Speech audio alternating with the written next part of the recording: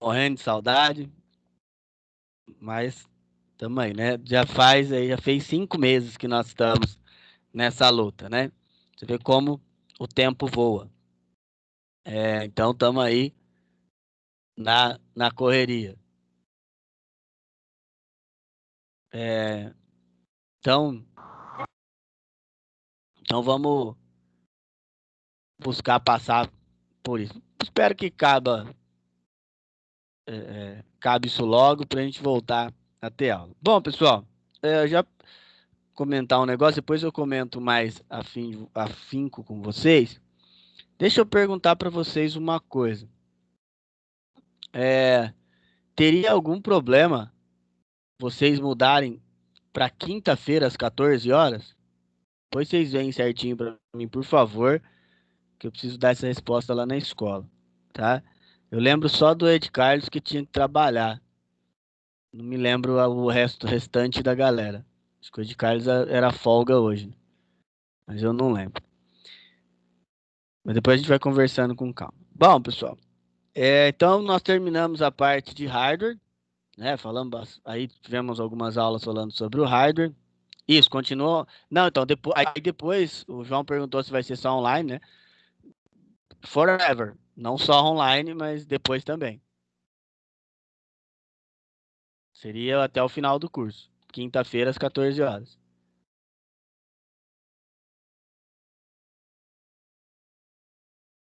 Bom, depois eu vou passar, depois eu vejo um por um, eu chamo vocês no particular e eu vejo aqui. Bom, pessoal, então voltando aí, né? É, nós trabalhamos a parte de hardware nesses períodos, falamos bastante, né?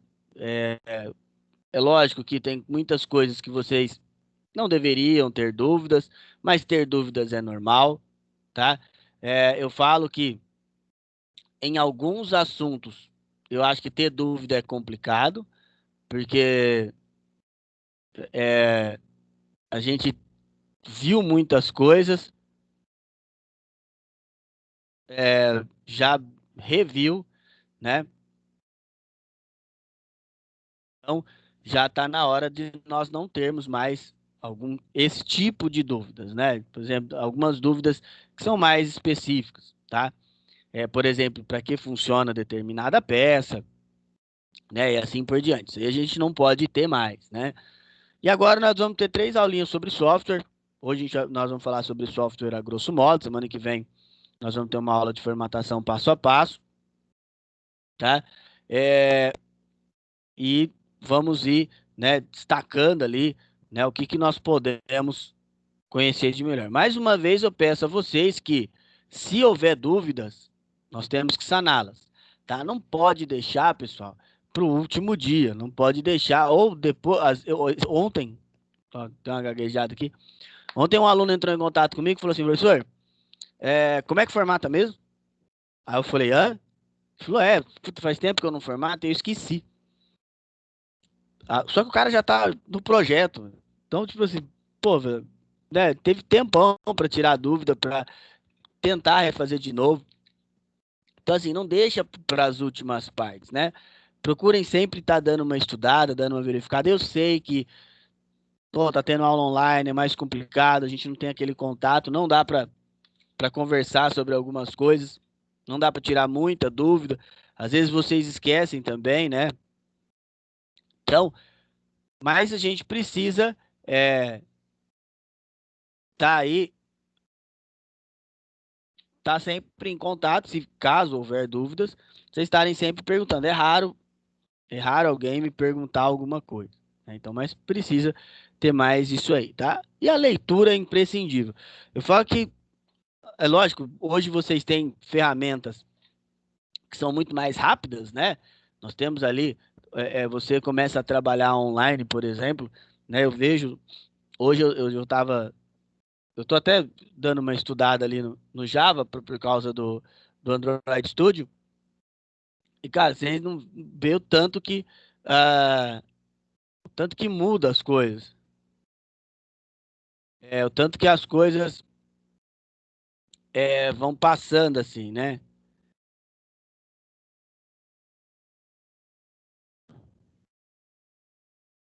E o tanto que as coisas vão melhorando, tanto que as coisas vão aumentando. Então, assim, tudo muda. Por exemplo, igual eu aprendi Java em 2004, se eu não estou enganado, 2003, 2004. Até a linguagem que eu aprendi lá atrás, ela mudou muito, né? Muitas coisas mudam. Então, por isso que a gente tem que estar sempre estudando, tá? Então, hoje, nosso objetivo é falar sobre software e falar principalmente sobre a sua evolução. Como é que ele evoluiu tanto, tá? Como é que esse tipo de software evoluiu desse jeito, né? Como é que ele era, principalmente, como é que ele chegou a ter o grau de importância que ele tem hoje, né? Hoje vocês levam o sistema operacional na mão de vocês. Então, aí na mão de vocês, é, nas mãos de vocês, vocês têm um monte de coisas, por exemplo, aí no smartphone de vocês, para facilitar o dia a dia de vocês, tá? Mas quando isso começou, começou bem menor, né? Por exemplo, um dos primeiros sistemas, lá ainda nos anos 70, chamava-se DOS. Ele não tinha esse MS na frente. Ele chamava-se DOS porque ele chamava Disk Operating System. E o que isso quer dizer? Sistema operacional em disco. Quer dizer que os sistemas operacionais, primeiramente, eles rodavam apenas nos discos. Primeiro, é,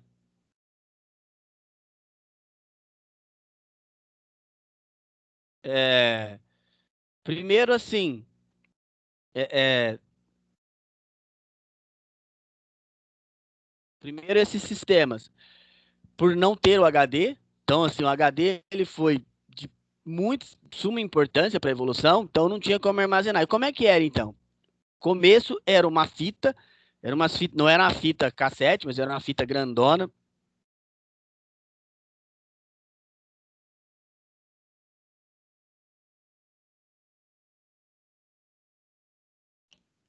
Depois ela passou a ser o disquete de 720. É... Professor, Oi, pode falar. repete o negócio da fita lá que cortou teu microfone. Ah, tá. Então vamos lá. Primeiro ele era uma fita. Quer ver? Deixa eu ver se eu acho aqui na internet que é mais fácil de mostrar para vocês.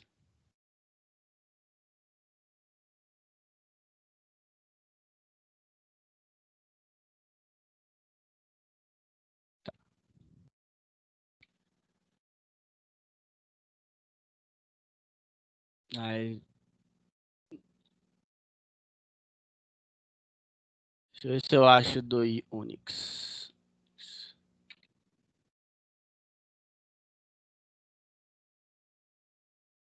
Ah, não vai só porque eu tô precisando ver.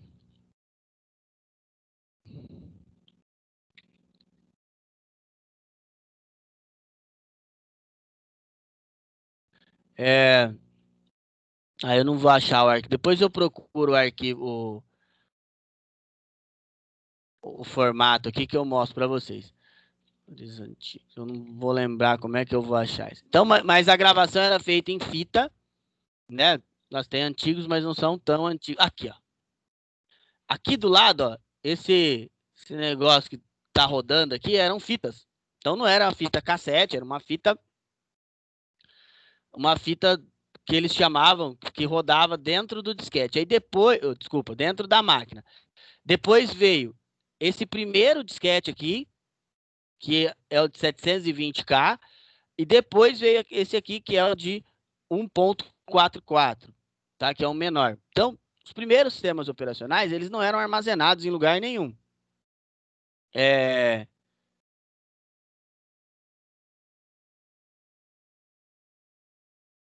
É, então, assim, eles rodavam direto dentro, né?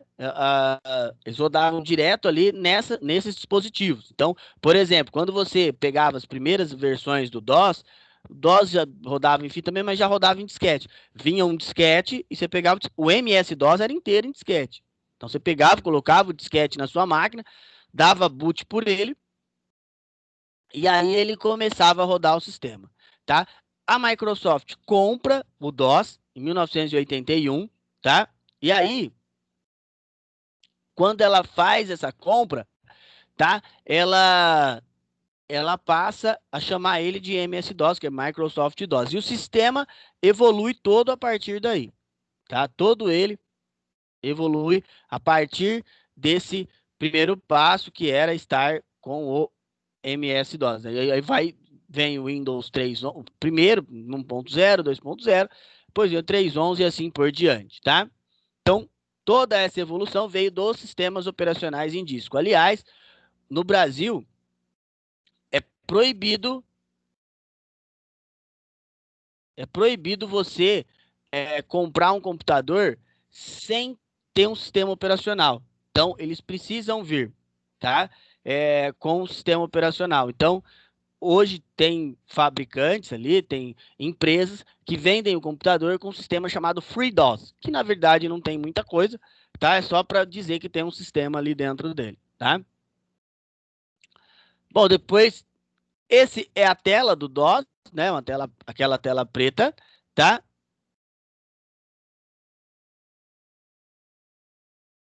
Então, então, assim, essa tela inicial. Peraí só um pouquinho, pessoal. Deixa eu dar uma mexida na net aqui que tá dando uma. Peraí que eu já venho.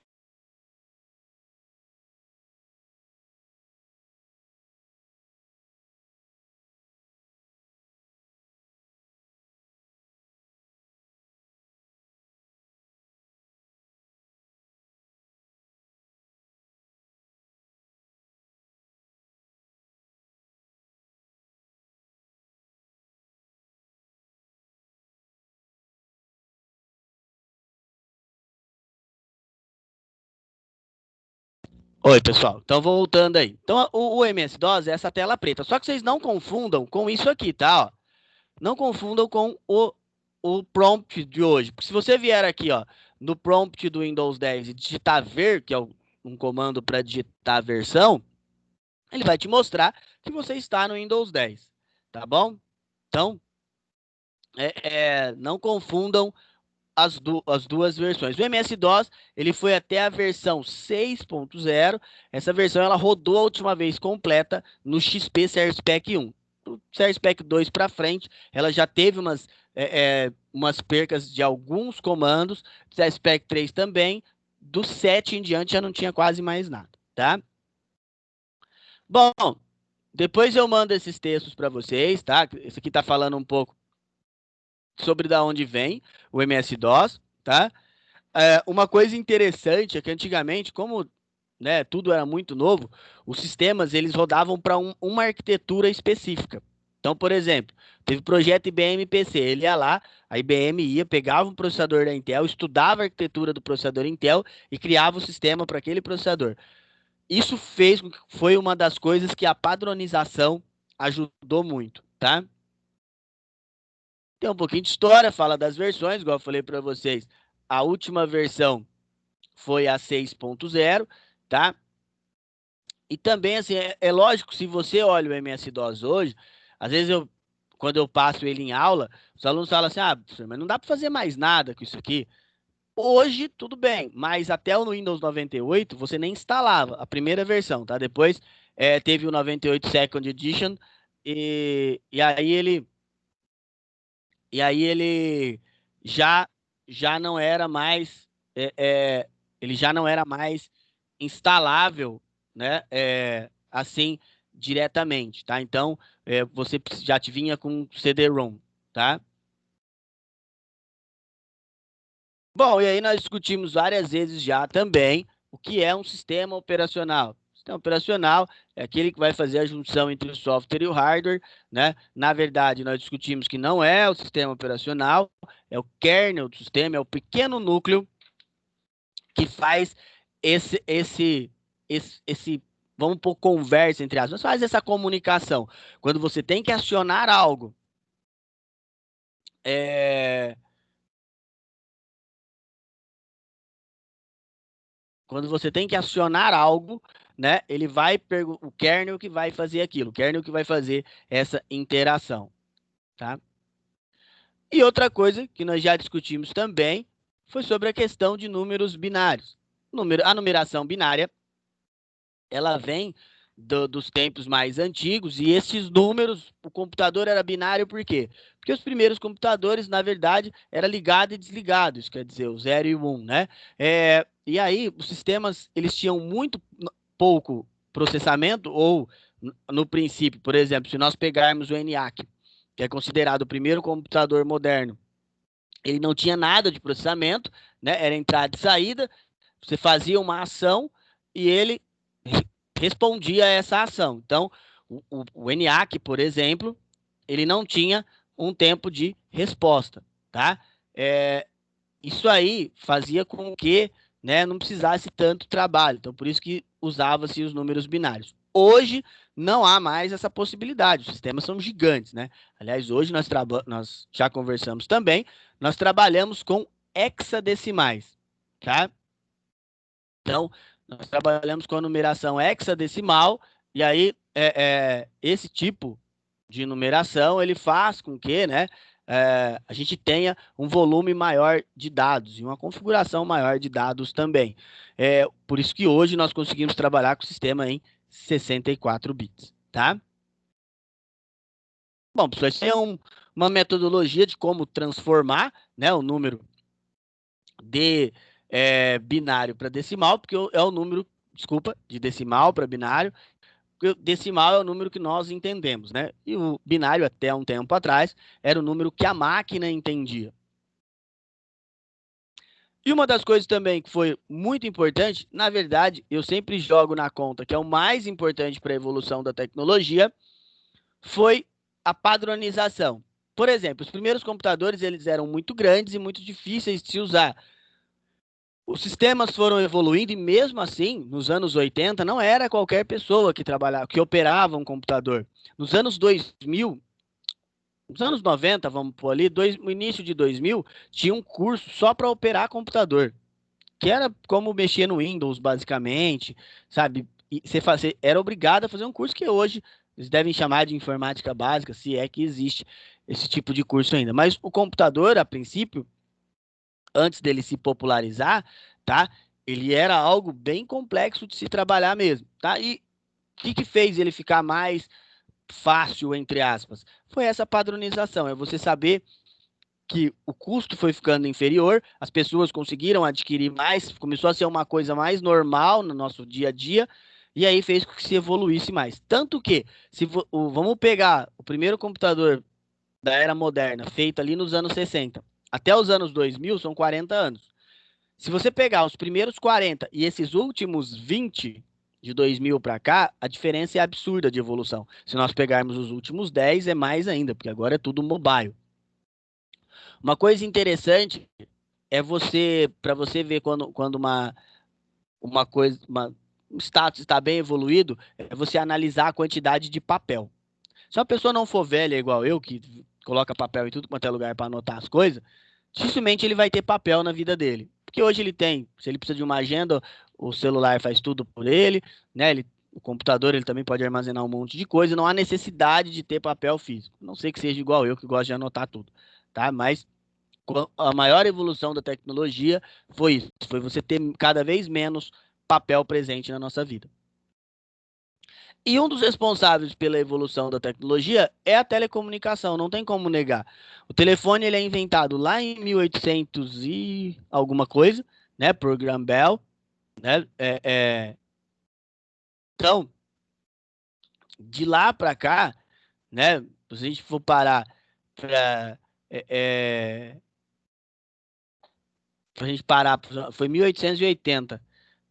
Então, nós pararmos para analisar, de 1880 até, vamos pôr para fazer uma conta redonda, até os anos 2000, o celular ele não era popular. Então, para ligar para alguém, você literalmente tinha que ir lá, pegar um aparelho, ligar para o outro aparelho. E era fixo, né? Já existiam celulares, mas eles não eram tão populares iguais são hoje. O que aconteceu? O celular foi evoluindo, então primeiro a telefonia foi evoluindo, foi ficando melhor a fala, foi ficando melhor a chamada. Depois foi evoluindo o tipo de comunicação, aí nós conseguimos ter uma comunicação móvel, você podia sair por aí, ligar para as pessoas. Depois essa comunicação ela foi passou para o texto, você conseguia mandar mensagens de texto cada vez maiores, e hoje nós temos ali os aplicativos de mensagem instantânea, né? E você consegue falar com quem você quiser e a hora que você quiser, tá? Então, é muito bacana analisar essa evolução. E a telefonia, ela tem tudo a ver com a tecnologia, até porque a internet, ela depende da telefonia, né? Nós precisamos ter o telefone, né, para poder nos auxiliar, né, no nosso para dar a conexão, né? Tanto que mesmo quando você está no mobile, você está no 3G, por exemplo, você precisa de um telefone para que ele faça a autenticação, tá? Bom, agora vamos para o nosso primeiro exercíciozinho do dia, tá? Vou dar 5 minutinhos para vocês aí, tá bom? Tá? Para vocês responderem isso para mim. Responder é só ir lá, pode ir lá no meu WhatsApp direto, as duas são a opinião de vocês.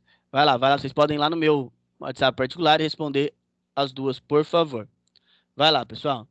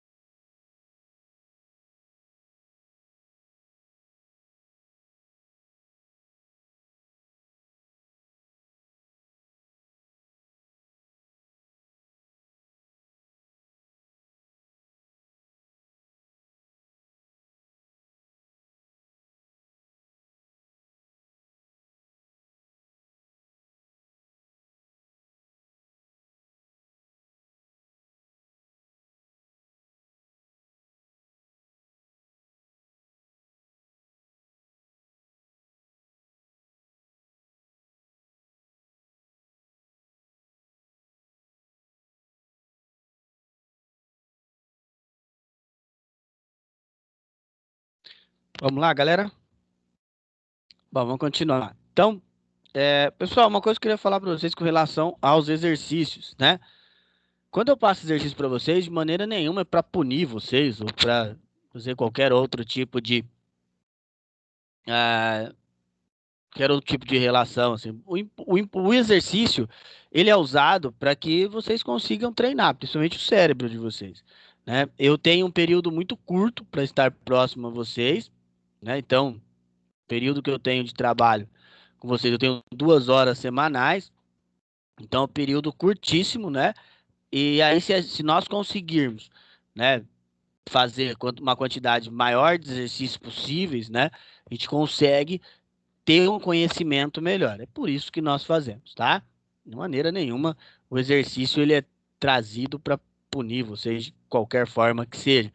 É, essas duas são respostas muito pessoais, tá? Gostei, recebi duas aqui no WhatsApp, gostei bastante. Só ver aqui no meu e-mail. É, outra coisa também eu gosto de falar bastante é que a geração de vocês, não estou fazendo juízo de pessoas, né, do Eduardo eu recebi aqui no e-mail. Não estou fazendo juízo de pessoa, mas a geração de vocês é uma geração que não lê muito, tá? E ler é muito importante, pessoal. Ler é importante para vocês conseguirem falar melhor, ler é importante para que vocês consigam se expressar melhor, escrever melhor, tá? Então procurem ler. Já se você não gostar de algum conteúdo, principalmente conteúdo às vezes da escola, que é meio chato, né? Dependendo da matéria, leem algo que vocês gostem. É muito interessante. Bom, continuando aí. Agora nós vamos falar um pouco do Windows, né? Primeiro, que é o Windows. O Windows é um sistema operacional da Microsoft. Nós estamos aí, já tivemos algumas versões dele. É um sistema proprietário. E o que quer dizer o sistema ser proprietário? O sistema proprietário, ele é um sistema que você não vai ter acesso ao código-fonte, tá? É, então, esse sistema, você vai recebê-lo, pagar por ele, mas você não vai ter acesso a nada, você não pode mexer nele. Outra coisa, o Windows, ele é até hoje o mais usado em desktops e notebooks, no sistema PC, tá? E ele é o sistema também mais pirateado do mundo, tá? Até porque o Android, não se vê falar que o Android é pirateado, até porque ele é grátis, ele é livre, perdão, não pode falar grátis. Então, quando nós vamos falar em Windows e em pirataria, nós podemos pensar também o porquê que o Windows é tão pirateado e por que a Microsoft não faz nada para que ele não seja mais pirateado, tá? É, a Microsoft ela poderia evitar isso, poderia evitar que o Windows fosse pirateado? Lógico, pessoal. É muito simples. Hoje é tudo online. Era só ele rastrear seu IP e bloquear o uso, tá? Daria para fazer isso. Por que que não é feito? Por que que a Microsoft não faz isso?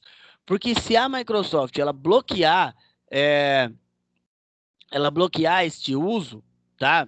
O uso desses sistemas operacionais dela, né? Você vai, ela vai abrir espaço para que os sistemas livres tomem conta, tá? Então, por exemplo, se ela vier para você e te punir, você em casa, né? Você não vai ali esquentar a cabeça. Você vai baixa uma distribuição livre que tem as poucas ferramentas, uma ou outra ferramenta que você não necessita de uso assim, né? E você vai conseguir trabalhar, tá? Agora, para a Microsoft, o interessante para ela são as empresas. Então, por exemplo, se todo mundo usa o Windows em casa, para a empresa é mais simples ter o Windows também. Aí ela põe uma investigação em cima da empresa, a empresa é obrigada a comprar o sistema dela, tá? Bom, depois eu mando para vocês ali o nosso querido texto. Essas são as versões do Windows que nós conhecemos. Igual eu já falei inúmeras vezes para vocês, se você for lá e digitar no Google assim, ó, versões do Windows, tá? Se você for lá e for no link do Wikipedia, vai aparecer muito mais que essas, Tá? Vai aparecer 1.0, 2.0. Mas por que que a própria Microsoft não contam elas? Por que que elas não levam em consideração essas primeiras versões? Porque, pessoal, essas primeiras versões não saíram para venda. Tá? Até a 3.0 ela não conseguiu sair para venda. A primeira que saiu para venda foi a 3.11. Aliás, foi o primeiro sistema, o primeiro programa, vamos falar assim, o primeiro software a vender mais de 1 milhão de cópias. O que hoje é uma coisa banal, né? 1 milhão de cópias. Antigamente, né? Isso nos anos 90 era coisa absurda, tá? Cada distribuição tem uma particularidade, mas todas elas seguiram a mesma estrutura. Por isso que a Microsoft faz tanto sucesso, tá, pessoal? Porque ela seguiu basicamente a mesma estrutura de uso. Então, ela seguiu sempre a mesma estrutura de funcionamento, tá? Por exemplo, se você pegar a 3.11, foi a primeira vez que o sistema foi acompanhado de janelas, né? Tem um sistema similar da Apple, por isso que a Apple ficou muito brava com o Bill Gates, que ela copia um pouco do sistema em janelas, só que a Apple também copia o sistema da Xerox, então não tem muito o que brigar. Aí a Microsoft, para resolver o problema, ela muda tudo e cria o Windows 95. Aí já com o botão iniciar similar ao que nós conhecemos hoje, estrutura de pastas idêntica ao que nós conhecemos hoje, o método de criar, os botões de fechar, maximizar, minimizar e restaurar iguais, uma melhoria no sistema de cores, né? Ainda não era o que nós usamos hoje, mas já teve uma melhoria bastante. E, por exemplo, no 95 você já conseguia pôr papel de parede e o surgimento do Internet Explorer, né? Que é o navegador da Microsoft. Nessa época, fica famosa uma briga que tem entre a Microsoft e a Netscape Navigator, que era com relação ao uso do seu browser. Tem um documentário que chama Guerra dos Navegadores. Se vocês puderem, assistam. É bem bacana esse documentário e ele mostra como é que teve essa relação e essa evolução e como a Netscape quebrou. A Microsoft tentou comprar a Netscape diversas vezes, a Netscape não quis, né? E tanto que a Netscape quebra, e aí algumas pessoas que trabalhavam na Netscape fundam uma outra empresa que chama Mozilla, né? Que é a dona do Firefox. Alguns outros vão para a parte do livre, né? Vão trabalhar em versões do Linux, mas não venderam a Netscape para a Microsoft. Depois veio 98, 98 aí já vem com várias coisas que nós usamos ainda hoje, como por exemplo, o sistema de cores é o mesmo, tá? E também a rede IPv4. Hoje está sendo substituída pela IPv6, mas na rede local nós ainda usamos muito IPv4, né? Então, por isso que o 98 foi tão importante. E o 98 é a primeira vez que se jogou em redes. A primeira vez que você conseguia jogar em redes, colocar um game em redes e jogar com duas pessoas em LAN, não, ainda não pela internet, tá? Mas em LAN local foi no Windows 98, tá? Depois veio o 2000, o ME, uma das piores coisas que já inventaram na face da Terra, tá? Ele travava sozinho, dava tela azul sozinho, tanto que o ME ele sai em 2000 e em março de 2001 veio a maravilha da natureza, que é o Windows XP, que foi o sistema mais longevo da Microsoft, sistema que ficou com mais tempo recebendo atualizações. A última atualização para o Windows XP foi em março de 2014. Então, sendo assim, né, foi o sistema que mais durou na história, né? O 7 ele ficou de 2007 a 2018, ficou 11 anos ali também. Era um sistema muito leve, né, muito rápido e chegou o SP3 ter a mais estabilidade, então por isso que a galera não conseguia largar dele, porque simplesmente porque ele funcionava, tá? Depois veio o Vista. O Vista eu falo que é o patinho feio da Microsoft. Ele tinha um poder gráfico muito grande, um poder de segurança muito grande, mas isso tornava ele muito lento. A culpa não era do sistema, pessoal. A culpa do Vista ser lento era do hardware que nós tínhamos disponível à época, tá? Então, o pessoal queria rodar o Windows Vista em máquinas que não suportavam. Por isso, né, que ele acabava sendo lento dessa maneira, tá? Mas não é culpa do sistema, o sistema era até bom, tá? Aí a Microsoft volta, né? Também foi pouco tempo. O Vista, se eu não me engano, é lançado em 2005, 2006, 2007. Já tem o 7. Acho que foi 2005 o Vista. Já vem o 7 muito rápido, porque a Microsoft tinha muito medo de perder mercado, né? E o pessoal, o que que fazia? O computador vinha com o Vista, eles desinstalavam o Vista e colocavam o XP pirata. Eu fiz muito isso, porque a galera não curtia, tá? O 7, eu não sei se isso é verdade, eu vender o peixe igual eu já comprei. Algumas pessoas falam que o 7 ele ele tem um visual novo, né? Uma parte de interface um pouco mais nova, mas com é, sua estrutura vindo do XP. Tanto que, se você tirar o recurso gráfico do 7, ele fica idêntico ao XP. Idêntico mesmo, igualzinho, tá? Ele até tem a versão XP para rodar nele. Ele tem um nome que fala isso. Depois veio o 8. Mais uma vez a Microsoft dá o pé pelas mãos. O primeiro passo do 8 foi tirar o menu iniciar. A intenção principal no 8 era fazer com que todos os dispositivos rodassem um só sistema, assim como a Apple faz. A Microsoft, na época, ela já tinha o videogame dela, já tinha o tablet dela, que era o Surface, tinha um telefone dela, que era o da Nokia, o Windows Phone, e ela queria rodar tudo no mesmo sistema. Não deu certo tirar o menu iniciar, tanto que um ano depois ou menos ela coloca um menu iniciar, mas que não ajudava muito. Você clicava no iniciar, abria essa interface aí que é chamada de Metro. Muitas pessoas não gostaram, acharam ruim. Eis que então em 2015 surge esse sistema que nós estamos usando até hoje, que é o Windows 10. O Windows 10, então, igual eu falei para vocês, a primeira versão dele vem em 2015 e até hoje ele só vem atualizações. Tanto que tem uma atualização que vai vir agora, né? Eu não sei, não tem precisão de data ainda, e essa atualização ela vai modificar o menu iniciar. É, nós não sabemos como vai ficar ainda, né? Tem que esperar vir a atualização. Mas, e também não se sabe se a Microsoft irá fazer um novo sistema. Ela teve uma atualização já gigante em maio, de mais de 1 GB, tá? Não se sabe se ela vai fazer um novo sistema ou se vai continuar trabalhando com atualizações do 10. A gente não tem isso ainda em mente. E aí, uma das coisas que fizeram com que o Windows se tornasse muito popular é o seu sistema de arquivos e pastas, né, pessoal? Então, seu sistema de arquivos e pastas é o mesmo, igual eu falei para vocês. Para falar igual é desde o 95. Mudou um pouco essa questão aqui, ó, que isso aqui foi essa parte lateral começou a vir no 7, que é a parte de acesso rápido, né?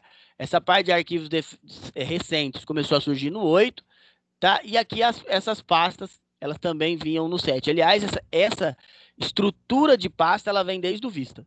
Já, né? Que se você abrir aqui, ó, deixa eu abrir aqui a pasta de usuários.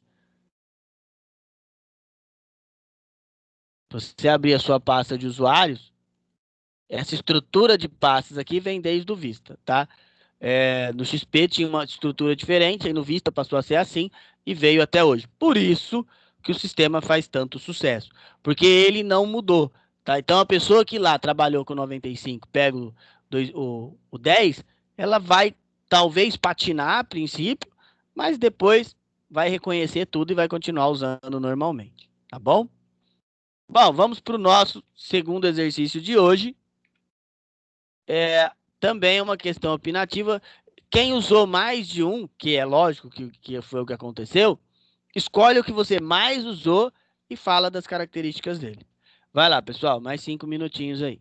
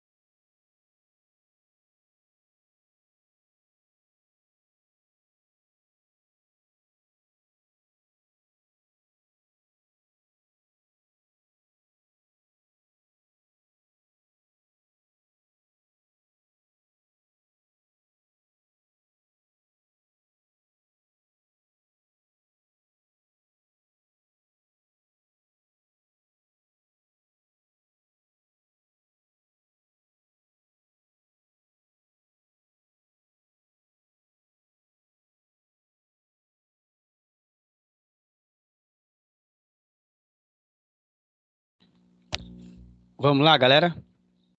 Bom, então também essa outra resposta é muito pessoal, né? Muito de cada um. Eu sempre falo que é difícil falar um, porque, por exemplo, só da Microsoft eu usei todos. Eu usei desde o 3.11. O 3.11 eu usei um pouco depois. Eu comecei com o 95 e depois eu fui pro 3. Na verdade, não, comecei com o 95, depois eu fui pro 3.11, depois eu fui pro 98, que eu usei bastante tempo, gostava muito. Usei um pouco do 2000, que eu não gostava muito. XP eu usei absurdamente, acho que o XP deve ter sido o que eu usei mais. O Vista muito pouco. Usei muito 7 também, o 8 muito pouco, e depois o 10 eu tenho usado já faz alguns anos, né? Então,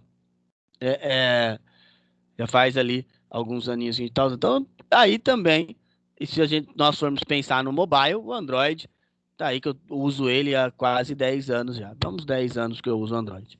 Tá? Eu usei o iOS um tempo, gostei bastante, mas já tinha falado, tinha que escolher um e falar das características dele, tá? Bom, pessoal, uma das principais novidades, e aí eu não podia deixar isso escapar, é com relação a essa conta Microsoft. O que isso quer dizer? Quando você vem aqui, ó, quando você instala o seu Windows, tá? Você pode escolher um meio de utilizar a sua conta, tá? Por exemplo, aqui, ó, eu tô com uma conta local, mas eu posso clicar aqui para entrar com uma conta Microsoft. O que isso quer dizer? Isso quer dizer o seguinte: eu posso colocar um e-mail, seja ele o e-mail do Hotmail, do Outlook ou do MSN, e com este e-mail eu consigo ter alguns benefícios, algumas coisas que a Microsoft me manda. Só que qual que é o problema, né? Para fazer isso, você tem que ter o sistema original, tá? E também tem algumas coisas que são um pouco chatas na conta Microsoft usar. Por isso que eu não gosto. Mas é muito de uso de cada um. Quem utiliza muito, por exemplo, um e-mail da Microsoft, é legal, porque aí você já abre o seu Outlook ali e ele abre, você consegue gerenciar seus e-mails de forma mais rápida, tá? Mas quem não tem, por exemplo, o meu e-mail principal, ele é do Google, é o e-mail do Gmail, então não tem muito jeito, tá? Bom, outras coisas que nós vamos comentar, mas aí nós vamos ver com mais propriedades na próxima aula, é algumas coisas aqui do nosso sistema. Por exemplo, editor de registro. Para entrar nessa tela, você aperta o Windows R, aí você vai digitar aqui, ó, regedit. Esse editor de registro, para que ele serve? Ele tem algumas configurações do seu sistema, tá? Cada coisa que tem um valor, tá? E conforme você vai alterando esse valor, você pode fazer ele funcionar ou deixar de funcionar.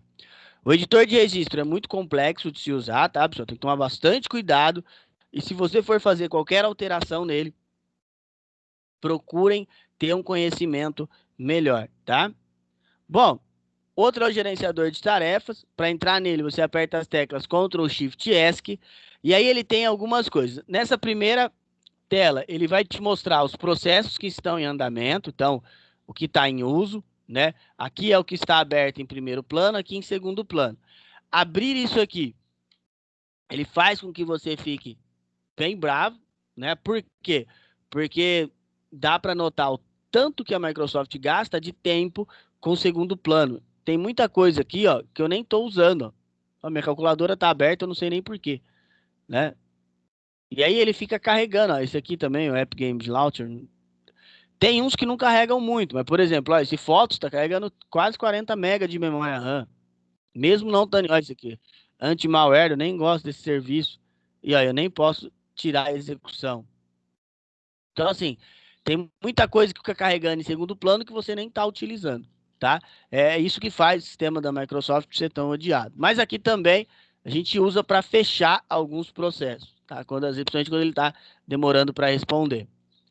Bom, aqui a questão do desempenho, como é que está sendo o uso dos seus dispositivos de hardware. Então, por exemplo, aqui tem o uso do seu processador, como é que ele está sendo usado. Aqui tem o uso de memória RAM. Hoje, olha só como o Windows 10 ele utiliza tanta memória, né? Por exemplo, ali eu não estou com muita coisa aberta, mas ele está mostrando para mim que eu estou com quase 4 GB de memória, tá? O sistema em disco, tá aí, depende, o uso é quando você vai usando, aqui no meu caso eu tenho 2. A minha placa de rede cabeada está desconectada e aqui está meu uso do Wi-Fi muito grande, até porque eu estou utilizando para fazer a reunião com vocês, tá? O histórico de aplicativos disponível, tem uns aqui também que eu nunca nem utilizei, eles ficam mostrando que alguma hora eles entraram no meu uso, tá?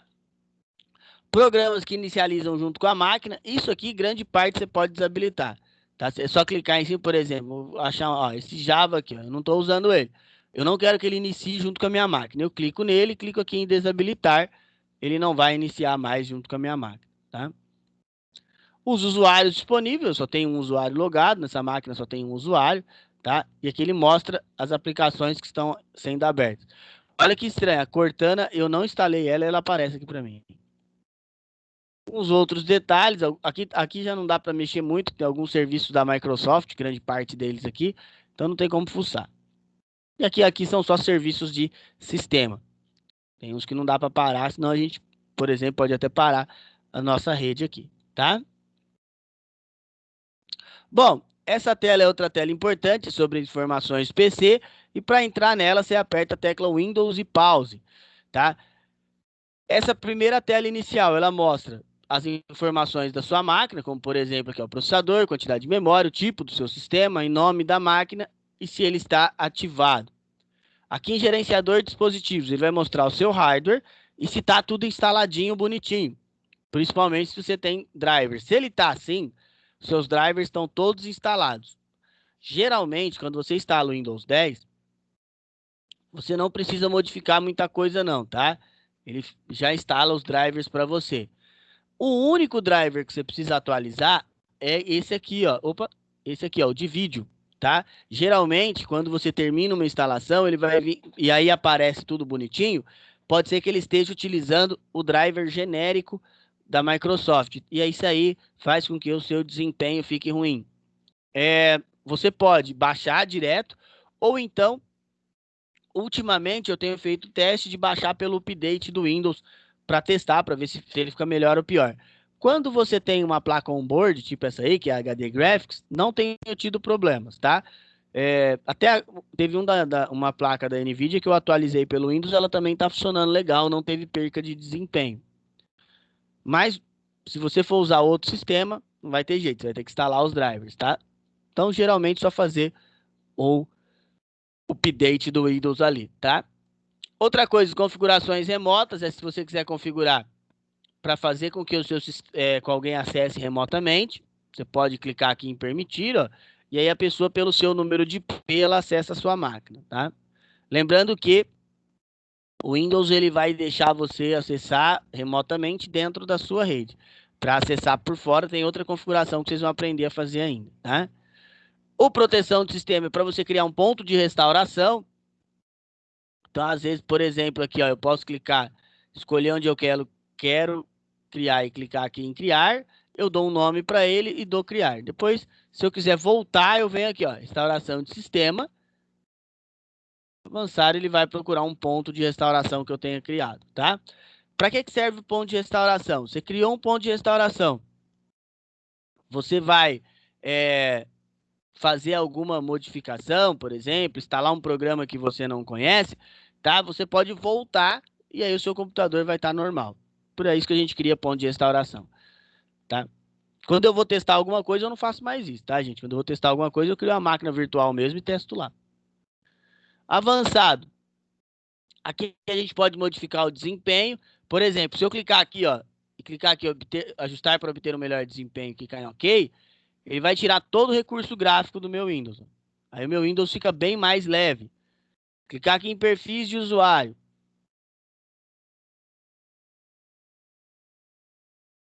Está carregando, mas ele vai criar opções da minha entrada, coisas de configurações do meu próprio sistema. Ele terminar de carregar.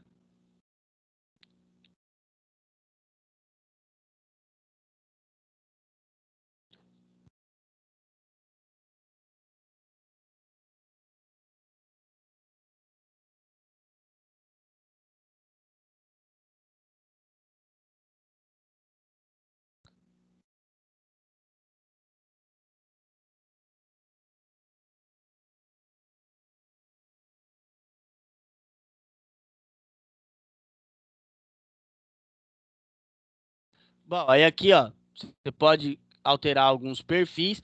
Ele tem que tomar bastante cuidado aqui, tá? Porque tem um vírus que ele vem aqui, ele cria um perfil de usuário, que é um perfil, é, é um perfil que chama temp. Você quer saber se você tá com vírus, você entra aqui. Se tiver um perfil chamado temp, ele cria um usuário temporário todas as vezes. Aí você tem que formatar, não tem jeito, tá? E aqui, ó, configuração de inicialização é o tempo que ele vai demorar. Se você tiver mais de um sistema, você pode alterar aqui ó, o método de escolha, tá?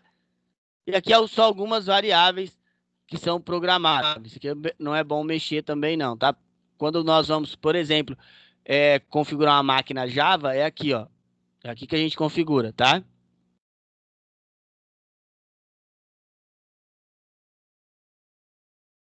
Bom, aqui queria mostrar um negócio para vocês. Cadê o meu? Aqui no desempenho também, ó, você pode aumentar a quantidade de memória virtual, tá? O que que isso vai fazer? Ele vai te auxiliar, por exemplo, a quando você não tem mais memória RAM. Ele joga um pouquinho como se fosse uma swap do Linux. É lógico que não funciona igual, tá? Ela funciona muito mal, mas já te ajuda um pouquinho para quem tem pouca memória, tá?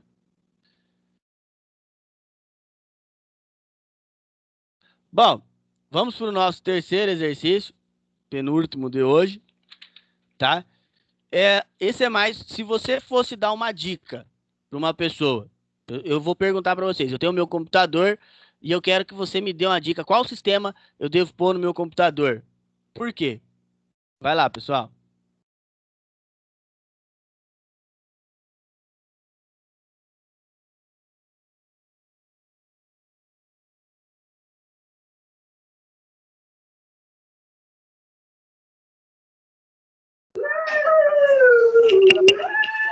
Ô, prof, tá aí?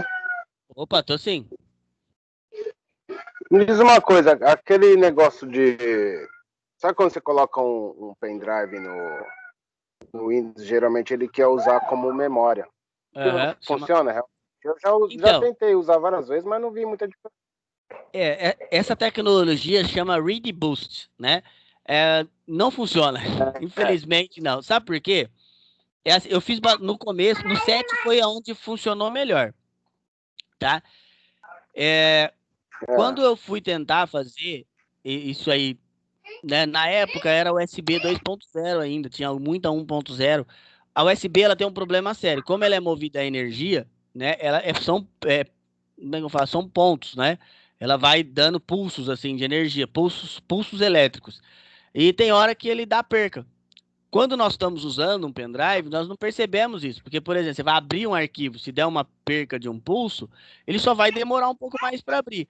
Mas na memória RAM, ela está sempre em uso. Então, por isso que não funciona. Na hora que dá essa perca, ele perde a qualidade, tá? Então, por isso que aí nunca eu, funcionou.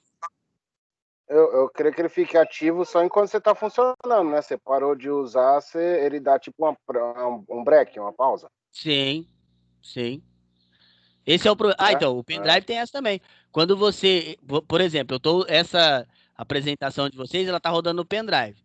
Quando eu dei dois cliques para abrir, o computador foi lá, É. buscou, o pendrive pegou, o pendrive já jogou na memória RAM. Ele não tá mais com ele aberto. Se eu tirar o pendrive aqui, ele não vai fechar a aplicação. Então, por isso que não funciona É, direito. tá, entendi. Nossa, não sei se é a sua rede aí tá travando pra caramba hoje. Então, eu dei uma mudada aqui para ver se melhorava. Eu tenho que trocar. Semana eu vou Tá trocar meu roteador para resolver.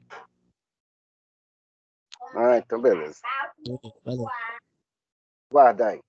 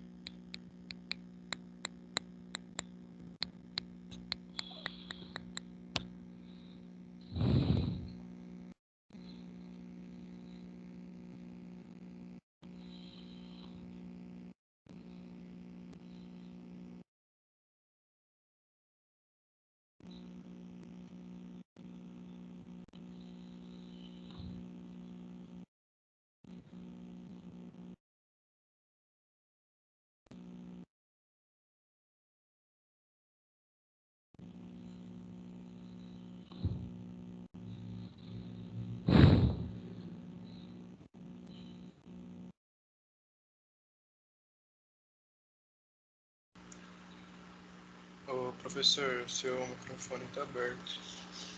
Não, tô fechando aqui já.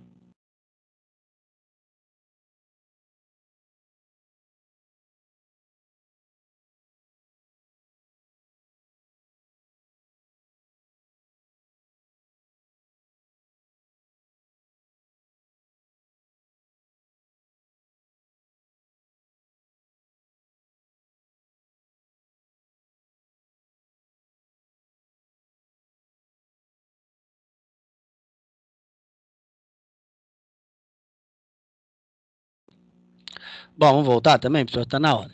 Já deu. Vamos lá. Então, também essa pergunta também é muito subjetiva, né? Ela faz assim, a gente... Como é que você vai saber? Primeiro você precisa analisar o hardware da máquina e ver o melhor sistema. Essa semana, eu peguei uma máquina, olha só, o Windows 7, pessoal, ele não tem mais atualização, tá? Aí ele teve... O que vocês vão ter que fazer? Quem precisar instalar o Windows 7, tá? Ele teve uma última atualização, a última dele.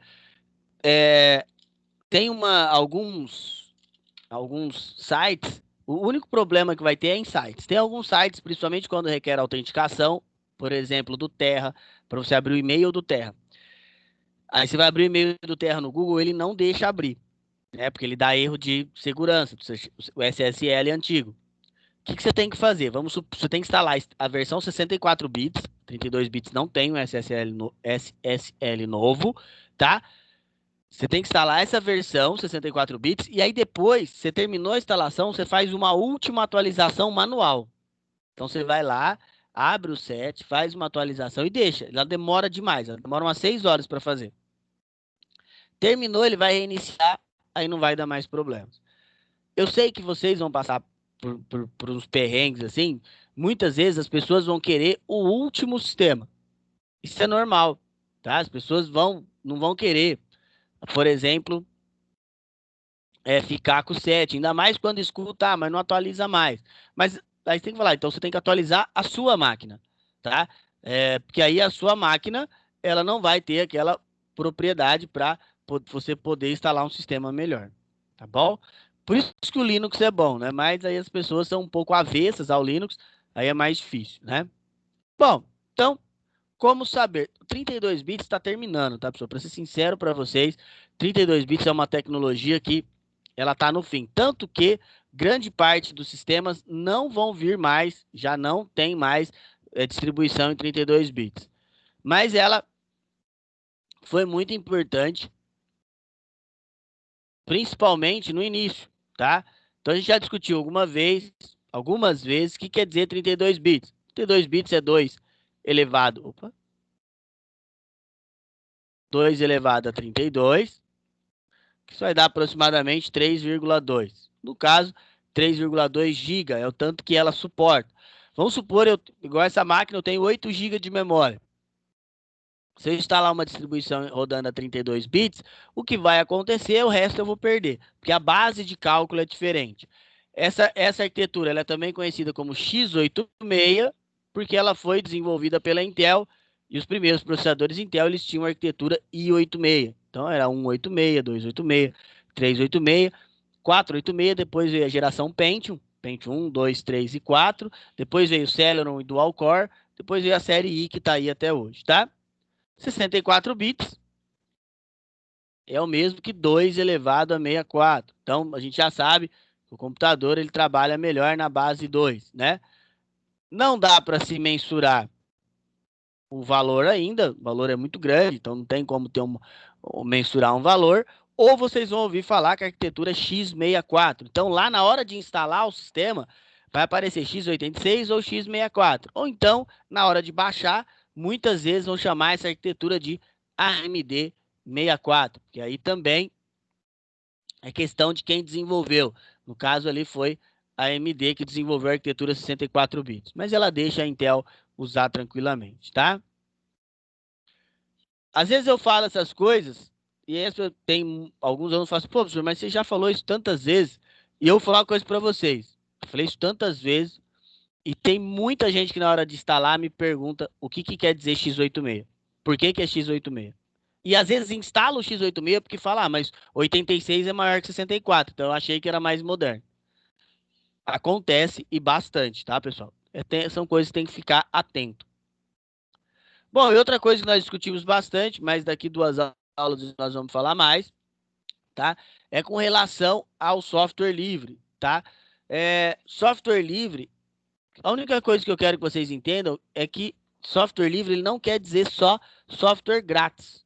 Ele não quer dizer só gratuidade, tá bom? Software livre é um tipo de software que você vai ter liberdade, tá? Inclusive para ele ser gratuito, inclusive para ele ser pago.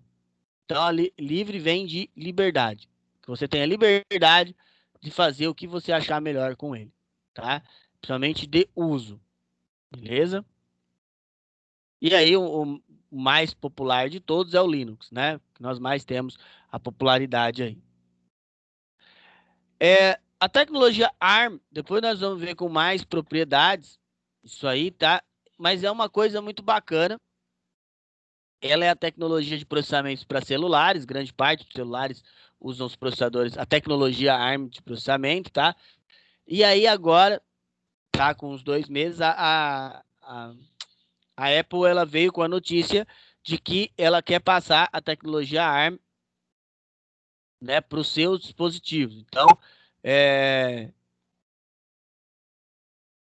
assim, ela iria utilizar, né, a tecnologia ARM nos seus desktops também, nos seus notebooks, tá? Isso faria com que, segundo algumas fontes, né, ainda é bem preliminar, mas segundo algumas fontes, isso vai fazer com que a tecnologia se desenvolva muito, porque a tecnologia ARM ela usa bem menos energia, a tecnologia ARM esquenta bem menos, então se conseguir passar isso para um desempenho melhor, nós vamos conseguir ter chips com mais qualidade, com mais velocidade. E a tecnologia ARM é mais inteligente de uso, tem isso também, tá? Mas aí depois a gente vai discutir isso com mais propriedades, tá? Bom, pessoal, alguém tem alguma pergunta? Hoje foi bem falada a aula, né? Bom, na aula que vem, a gente vai formatar passo a passo. Eu vou mostrar para vocês como é que cria um pendrive de boot, né? Por exemplo, a gente faz passo a passo para criar um pendrive de boot e aí tudo. Como é que dá boot, como é que dá boot por um computador, como é que dá boot por um notebook e assim por diante, né? O que vocês têm que também ter noção é assim, às vezes, uma BIOS ela é diferente de uma para outra. Ela vai ter algumas diferenças, tá? Mas você entendendo uma, você tem que assim, entender uma, como é que ela funciona, você consegue fazer em todas as outras. Tá bom, pessoal? Então, semana que vem, vocês prestem bastante atenção aí, tá? Bom, último do dia, temos meia horinha.